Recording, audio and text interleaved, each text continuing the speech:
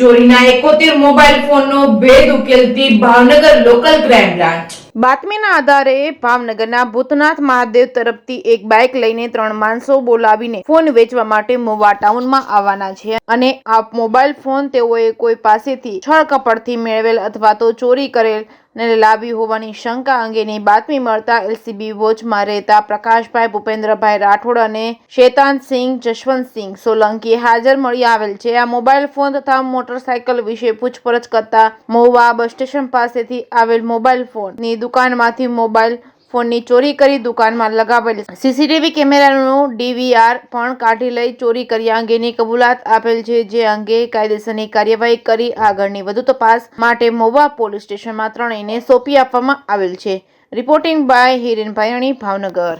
ભાવનગર જિલ્લાના મહુવા પોલીસ સ્ટેશનના મહુવા શહેર ખાતે ભાવનગર લોકલ ક્રાઇમ બ્રાન્ચના ભદ્રેશભાઈ અને તરુણભાઈ ને એવી બાતમી હકીકત હતી કે કોઈ 3 ઈસમો કોઈ પ્રકારના મોબાઈલ છળકપટથી મેળવી અથવા તો ચોરીના ક્યાંયથી મેળવી અને મહુવા શહેર વિસ્તાર તથા ભાવનગર શહેરના અન્ય કોઈ વિસ્તારમાં વેચવા માટે ફરી રહ્યા છે।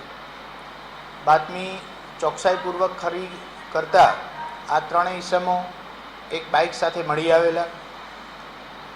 3 ઈસમોની પૂછપરછ કરતા આ ઈસમોની પાસેથી કુલ 71 જેટલા મોબાઈલ મળી આવેલા। આ 71 મોબાઈલ કઈ જગ્યાએથી લીધેલા છે એની કોઈ પણ પુરાવો પોતે આપી શકેલા નહીં। વધુ પૂછપરછ કરતા આરોપીઓએ કબૂલ કરેલ છે કે ગઈ 11 ફેબ્રુઆરી 2024ની રાત્રિએ મહુવા ટાઉનના એક કોમ્પ્લેક્સની શોપ તોડી અને આ મોબાઈલ એમાંથી ચોરી કરી પોતે નીકાળી કાઢેલા છે। સમગ્ર બાબતે ચોરીનો ગુનો દાખલ થયેલો છે અને પૂરેપૂરા મોબાઈલ રિકવર કરી દેવામાં આવેલા છે।